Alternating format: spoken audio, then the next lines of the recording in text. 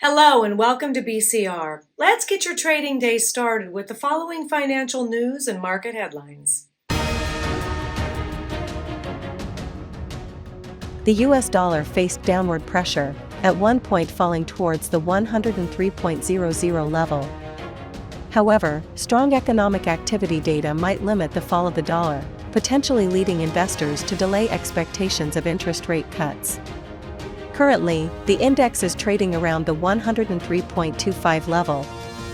This is due to market expectations about the upcoming release of key inflation data and the impact of rising yields, as the market has reduced its dovish bets on the Federal Reserve.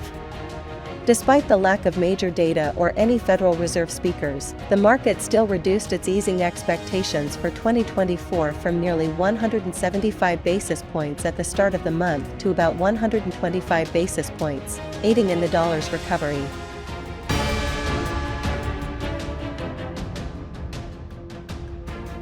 During the U.S. session on Wednesday, gold faced bearish pressure, falling below $2,015.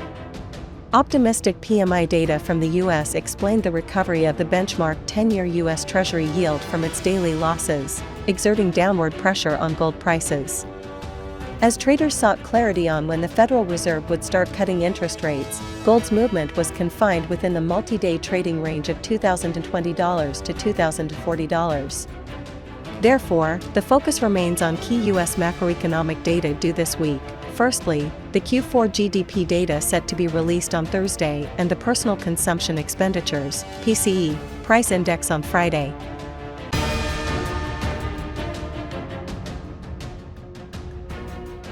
Yesterday, WTI crude oil prices neared $76, but current events are not sufficient to drive up oil prices significantly. OPEC's production cuts are still not enough and are merely a drop in the bucket in the broader market context. On Wednesday, US WTI crude was trading just above $75. Increased oil production in the United States, along with rising supplies from Libya and Norway, could exert some downward pressure on WTI crude prices. Additionally, the slow economic recovery in China, the world's largest oil importer, is also putting pressure on WTI crude prices. The weaker-than-expected GDP growth data for the fourth quarter of 2023 has dampened oil demand. We hope you enjoyed today's market outlook.